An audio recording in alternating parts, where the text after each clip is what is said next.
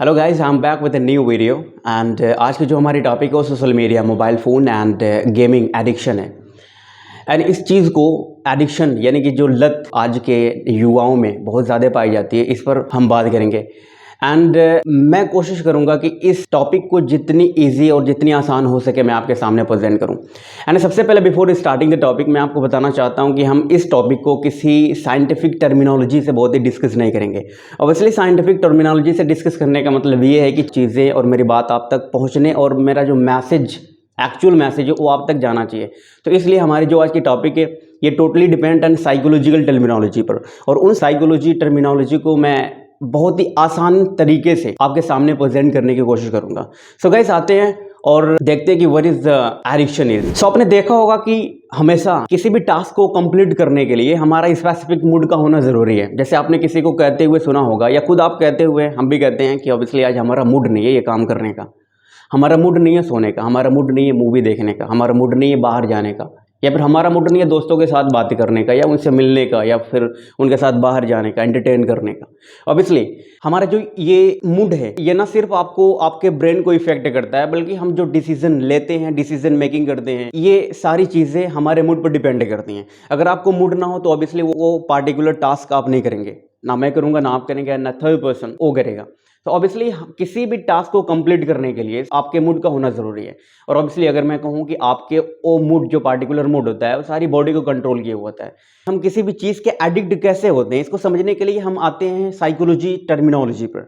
अगर मैं बात करूं कि हमारे जो दिमाग, हमारा ब्रेन होता है, इसके दो पार्ट होते हैं। एंड बिफोर जस्ट टेलिंग मैं आपको ये बातें बता दूं कि मैं ये बातें जो कुछ भी कर रहा हूं that is not the based on the scientific terminology. ये साइंटिफिक टर्मिनोलॉजी पे आधारित नहीं है, बल्कि ये जो बातें हैं ये साइकोलॉजी टर्मिनोलॉजी पे आधारित हैं। वैसे तो अगर ब्रेन को देखा जाए साइंटिफिक तौर से तो ब्रेन के 3 पार्ट्स होते हैं। एंड हम वहां पर नहीं जा रहे, हम साइकोलॉजी, हम एडिक्टेड कैसे होते हैं इस चीज को हम गो करेंगे। तो हम देखते हैं कि साइकोलॉजी के अकॉर्डिंग हमारे दिमाग को 2 हिस्सों में बांटा जाता है। एक दिमाग को कहते हैं कॉग्निटिव ब्रेन एंड दूसरे दिमाग को कहते हैं emotional brain. And cognitive brain और इमोशनल ब्रेन में अंदर क्या होता है, लेट्स अंडरस्टैंड दिस वन। सो सबसे पहले लेते हैं कॉग्निटिव दिमाग को। कॉग्निटिव दिमाग यानी कॉग्निटिव ब्रेन ये इस तरह से फंक्शन करता है जैसे अगर हम कोई क्लास में बैठ के कोई चीजें सीख रहे होते हैं, रीजनिंग कर रहे होते हैं, अंडरस्टैंडिंग कर रहे होते हैं, नॉलेजिंग एक्वायरिंग नॉलेज कर रहे होते हैं, तो हमारा ये कॉग्निटिव ब्रेन जिंदा होता है। यानी कि जब हम क्लास में बैठे, स्कूल वगैरह में बैठे, ट्यूशन में बैठे, हम जब चीज़ों को समझ रहे हैं, मैथमेटिक्स, साइंटिफिक और ये सारी चीज़ें जब हम एकेडमिक चीज़ों को समझ रहे होते हैं, सीख रहे होते हैं, तो हमारा कॉग्निटिव दिमाग एक्टिव होता है। लेकिन जब हम इसके बरक्स, इसके उल्टे जाते हैं, तो हम देखते हैं हमारा इमोशनल दिमाग। इमोशनल का नाम सुनकर के आपको क्या लगता है? Obviously happiness, fear, angry and love, ये सारी चीज़ें हमारी क्या होती है, इमोशनल के अंतर्गत आती है। आज ये ब्रांड्स अपने एप्लीकेशन को इस तरह से डेवलप कर रहे हैं कि ना कि आप जाकर के सोशल मीडिया पर अपने टाइम वेस्ट करते हैं, बल्कि ये सोशल मीडिया की इनफाइनाइट स्क्रोलिंग और ये अफेक्टिव अट्रैक्टिव चीजें आपको इंटरेक्ट करके, आपको अट्रैक्ट करके वो सारी चीजें आपके समय को ना खा रही हैं, आपके समय को छीन रही हैं। ये कैसे होता है? जैसे अगर मैं आपको बताऊं कि जब भी आप सोशल मीडिया पर जाते हैं तो आजकल हमारे सोशल मीडिया पर सराउंडेड क्या रहता है? कोई पॉलिटिशियन ऐसा है जो आपके धर्म, हमारे धर्म पर कोई कमेंट कर दिया और इससे हम भावुक हो जाते हैं, उसके बाद कमेंट लीव करके आते हैं, हमारा दिमाग खराब हो जाता है। नेपोटिज्म, बॉलीवुड के नेपोटिज्म को हम समाधान करने में लग जाते हैं। हम देखते हैं कि आज क्या हो रहा है, किसी ने कोई बयान दे दिया, जहरीले बयान से हम प्रभावित हो जाते हैं। तो अब इसलिए हमारा जब भी दिमाग इस तरह की चीजों में इन्वॉल्व रहता है तो हमारा जो कॉग्निटिव दिमाग होता है, कॉग्निटिव दिमाग अभी मैंने आपको बताया कि हमारा पढ़ने लिखने वाला जो दिमाग होता है वो बिल्कुल शट हो जाता है, बंद हो जाता है। और जो हमारा इमोशनल दिमाग होता है ये बिल्कुल क्या होता है, एक्टिव हो जाता है। और जब हम सोशल मीडिया पर 1 से ज़्यादा घंटे, 2 से ज़्यादा घंटे जब हम वहाँ पर जाते हैं, ये सारी चीज़ें देखते हैं, तो हमारे जहन में न्यूरोट्रांसमीटर होते हैं जिसको हम डोपामिन कहते हैं।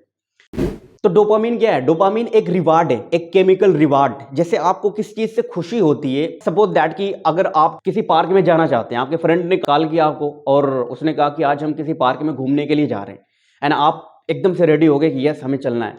उसके बाद से क्या होगा कि ये जो खुशी अभी आपको मिली है ये एक्चुअली इमीडिएट न्यूरोट्रांसमीटर जो आपका डोपामाइन है, ये एग्जैक्ट क्या हुआ इस स्थिति में, इस सिचुएशन में, बिफोर जस्ट रीचिंग देयर आपके बहुत सारे केमिकल यानी कि बहुत सारे रिवार्ड केमिकल इस जहन में आने शुरू हो गए, बहुत ज्यादा खुशी आने लग गई आप। एंड सपोज कि आप उस पार्क में एक बार चले गए, उसके बाद से कल आपका फ्रेंड कहता है कि उस पार्क में फिर से चलना है, तो क्या आप इमेजिन कर सकते हैं कि जो खुशी आपको कल मिली थी यानी कि बिफोर रीचिंग दैट पार्क, तो आज वही खुशी आपको मिल रही है? ऑब्वियसली नहीं।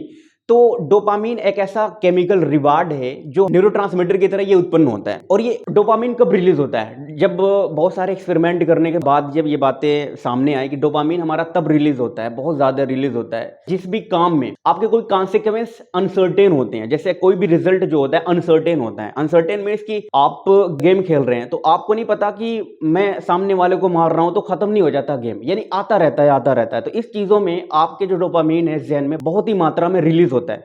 और जब आपका डोपामीन बहुत ही ज्यादा मात्रा में ये रिलीज होता है तो एक इट्स मीन कि आप साइकोलॉजिकली डिस्टर्ब चल रहे हैं। और ये हमारे बच्चों में, हमारी नई नस्लों में ये चीजें देखी जा रही है। ये कितनी खतरनाक है कि अगर आप एक से ज्यादा 2 घंटे से ज्यादा अगर सोशल मीडिया पर आप अपने समय को वेस्ट कर रहे हैं तो ये आपके लिए न सिर्फ उस समय के लिए बेकार है बल्कि आने वाले समय में आप कभी किसी से क्वेश्चन नहीं कर पाएंगे।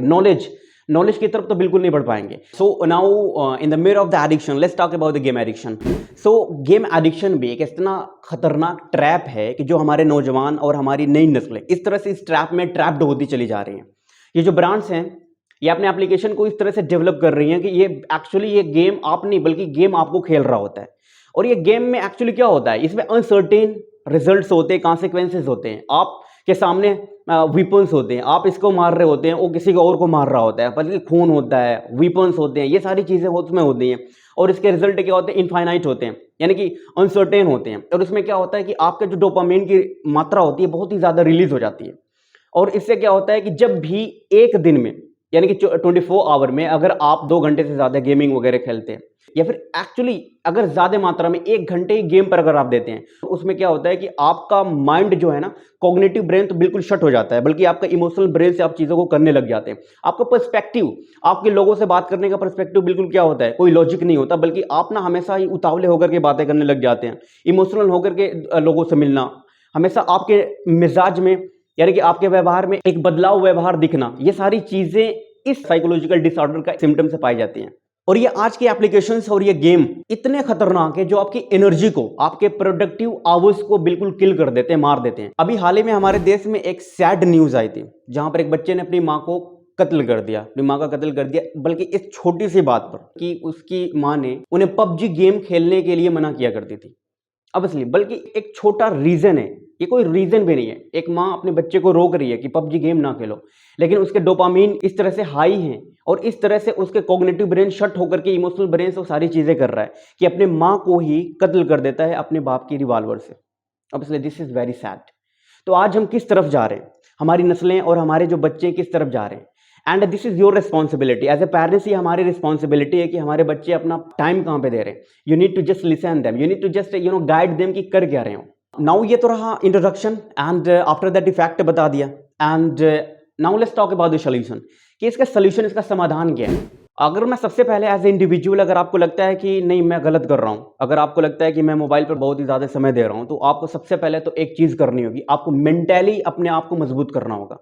मैं सोल्यूशन तो बता दूंगा आपको कि सोल्यूशन ये है, बट अगर आपने एक दिन फॉलो किया, 2 दिन फॉलो किया, आप अंदर से मजबूत नहीं होगे तो ऑब्वियसली इसका कोई फायदा नहीं होगा।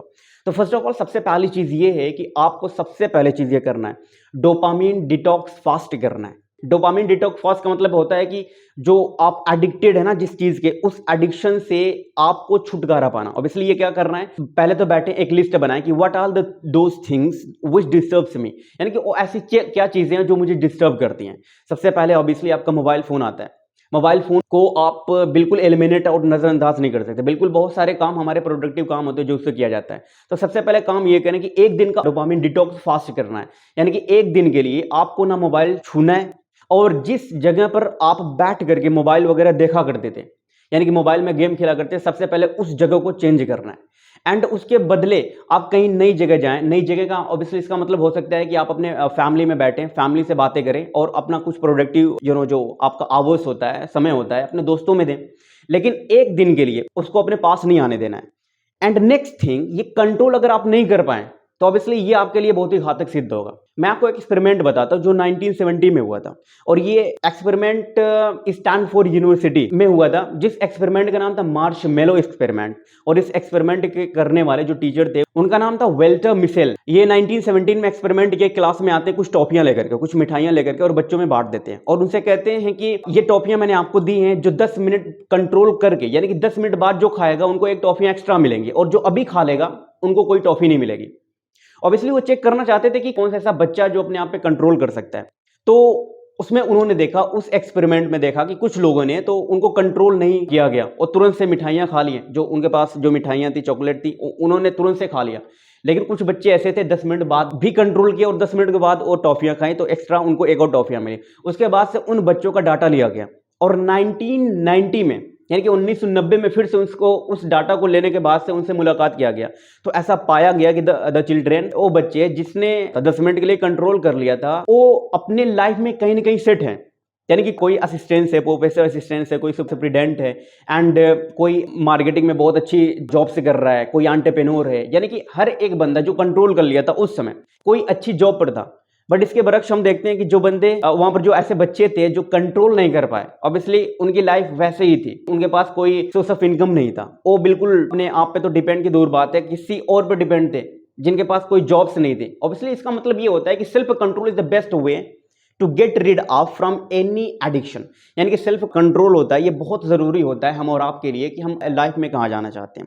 ऑब्वियसली दूसरी चीजें होती है जो मैं आपसे कहूँ, अगर आप पेरेंट्स हैं तो सबसे पहले चीज़ है कि आपको आज से एज ए गाइड टॉर्च की तरह आपको अपने बच्चों के साथ देखना होगा कि वो क्या कर रहे हैं। ऑब्वियसली अगर आप चाहते हैं एज ए पेरेंट्स कि अपने बच्चों से मोबाइल छीन लें, दिस इज वेरी डेंजरस, ये बहुत ही खतरनाक होगा। नहीं, उनसे मोबाइल छीनना नहीं है, बल्कि उनको क्या करना है, उनके उस एनर्जी को कन्वर्ट करना है। कन्वर्ट का मतलब जैसे उन मोबाइल चलाते हैं, अगर एकदम से आप उनसे किसी दिन भी छीन लिए मोबाइल कि नहीं आपसे आपको नहीं करना है, तो उनका डोपामिन तो वैसे भी हाई ही रहता है और उनकी जो इमोशनल ब्रेन है बिल्कुल वो एक्टिव होता है, कॉग्निटिव ब्रेन तो बिल्कुल शट पड़ा हुआ है। तो उस स्थिति में न जाने वो क्या कर सकते हैं, उनसे मोबाइल छीनना नहीं, बल्कि उसी मोबाइल को जो आप वो टाइम दे रहे हैं उनसे ये कहना है कि बेटा अगर मोबाइल में गेम खेलना ही है तो आधा घंटा खेल लो, 1 घंटे खेल लो। धीरे धीरे उनकी जो ये लत है ना, एडिक्शन है, धीरे धीरे कम करो उनसे। और 1 घंटे के लिए कहो कि एक वीडियो है जो आपको देखना है और इसमें से इतने क्वेश्चन बनाने हैं, ये वीडियोस देखो और इसका एक रिव्यू लिखो कि इस वीडियो देखने के बाद इससे तुम क्या समझे।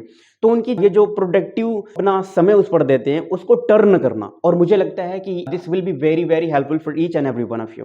इस तरह की एक्टिविटीज अपने बच्चों को दें ताकि वो इस तरह से अपने उस जाल में जो फंसे हुए हैं उससे बाहर निकले और एक्चुअल दुनिया देखें। अदरवाइज उनकी एनर्जी और उनका आने वाला कल भी बर्बाद हो जाएगा, क्योंकि ये आज जो सोशल मीडियाज हैं ये बिल्कुल वो इस तरह से डेवलप कर रहे हैं कि किस तरह से हम इस ट्रैप में, इस जाल में लोगों को फंसाएं, और इसी फांसने और फंसाने से उनका बिजनेस चल रहा है। So thank you so much for watching this video and we'll meet in the next video. Thank you.